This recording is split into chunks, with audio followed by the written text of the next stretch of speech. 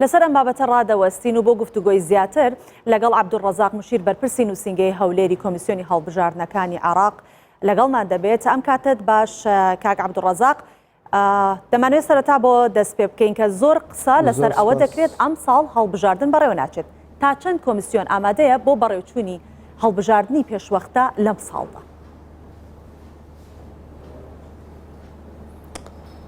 زۆر سپاس. هەر وەکو ئاماژەتان پێ فەرموو وادەی تۆماری یان نوێکردنەوەی تۆماری دەنگدەران تا 31 سەی 2021 بەردەوامە، یعنی تەمدید کراوە یان درێژ کرایتەوە. هەروە بۆ زانیاری زیاترتان لە کاتی ئێستا دەنگدەرانی هەولێر 57.23% خۆیان بایۆمەتری کردیان نوێ کردیتەوە بایۆمەتری خۆیان و لە کۆی 5 وەجبە کارتی دەنگدان کە بۆ ئۆفیسی هەولێر هاتووە زیاتر لە 86% دابەش کرایە لەسەر دەنگدەران. ئەمە ناگەینێتن کە لە کۆی گشتی کە 1,228,000 دەنگدەر لە هەولێر هەیە 86% کارتیان وەرگرتووە. ئەوانەی کە پێشتر خۆیان تۆماری بایۆمەتری کردووە زیاتر لە 400,000 کەس پێشتر خۆیان تۆماری بایۆمەتری کردو بە کارتەکانیان گەڕایتەوە و ئێمە تەوزیعمان کردووە. لەم 400,000 کارتانەی کە گەڕایتەوە بۆ ئۆفیسی هەولێر و لە بنکەکان دابەش کرایە 86% کارتەکان تەسلیمی خاونەکانیان کراوە. هەروە ماوەی تۆماری بایۆمەتریش کە درێژ کرایتەوە هۆکارە ڕئیسیەکەی ئەوەیە بەپێی یاسا لەم هەڵبژاردننی داهاتوو پێویست وایە هەر دەنگدەرێک کارتی تەویلە ئەمەد یان خۆت ئەو کارتێک کە وێنەی لەسرە پێبیت بۆ ئەوە کە بتوانێت دەنگ بدا و لە تەواوی عێراق تقریبا هەموو عێراق 6% دەنگدەرانی فعلی خۆیان بایۆمەتری کردیە. بە دنیاییوە پێویستە هیچ هاولاتیەک مەحروم نەبیتنەوە کە دەنگ بدات بەپێی یاسای و بەپێی دەستور. بۆیە بە قەنەعەتی من ئەو درێژکردنەوە بۆ ئەو بووە کە ڕێژەی تۆماری بایۆمەتری بگەیتە ئەو ئاستەی کە قانونیەن معقول بیتن.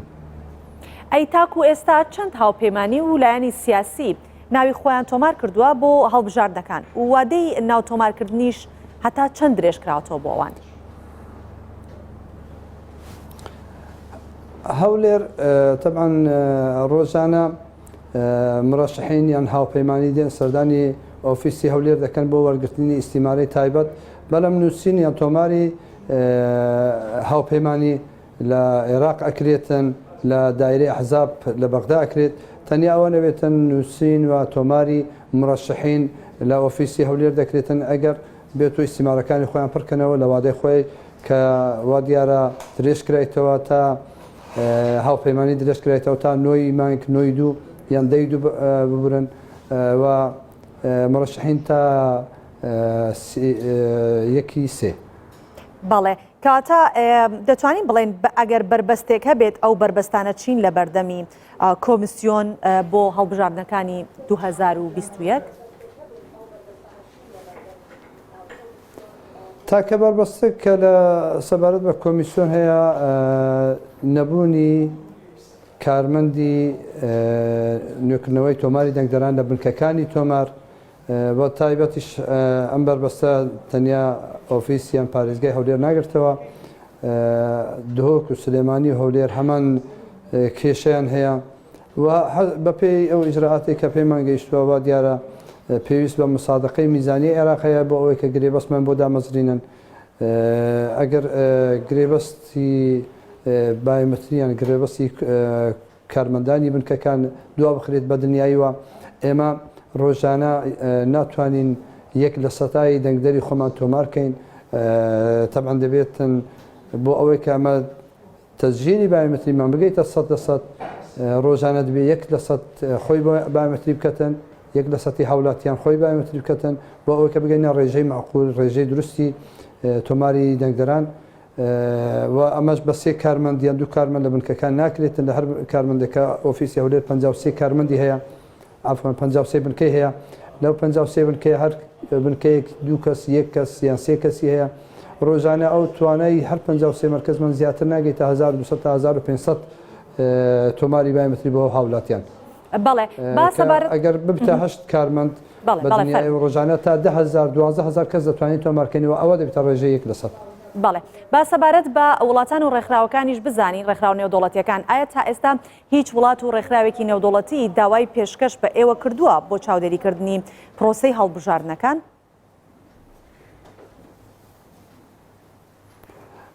دایرە ئیتیسال جەماهیری کە لە بەغدا هەیە تەبعاً ڕۆژانە ناوی نوێمان بۆ دەنێرن تا ئێستا 1-2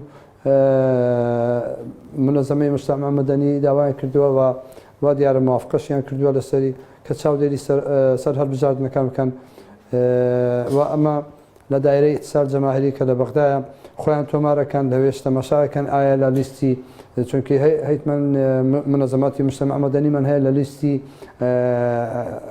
غێر مەقبولن یعنی قبول نەکراون ئەوانە ناتوانن وەکو چاودێر بێن چاودێری پرۆسەکە بکەن بەڵام ئەوانەی کە مجازن و ئیجازەی دەوریان هەیە ئیجازەی نێوخۆییان هەیە بۆیان هەیە چاودێری سەر انتخابات و سەر پرۆسی تۆماری بایەمەتری و سەر چاودێری ڕۆژی دەنگدانیش بکەن.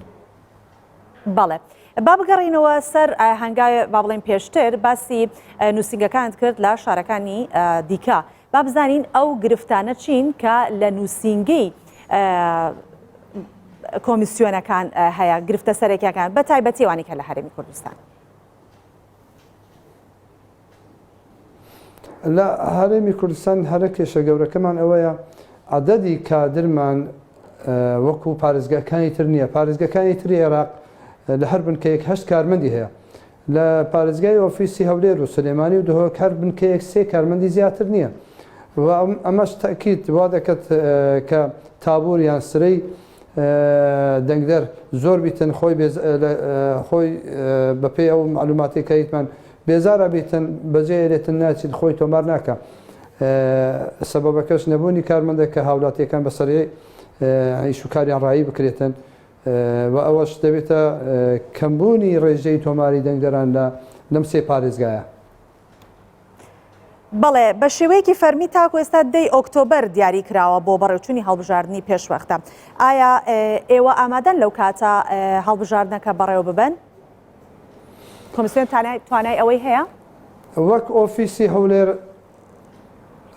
ئۆفیسی هەولێر ئێمە ڕێکارەکان بەپێ ئەو ئیجراعاتی کە ڕۆژانە بۆمان جێبەجێکەین کێشەمان نییە لە ئیجراعاتی فەنی و تەکنیکی.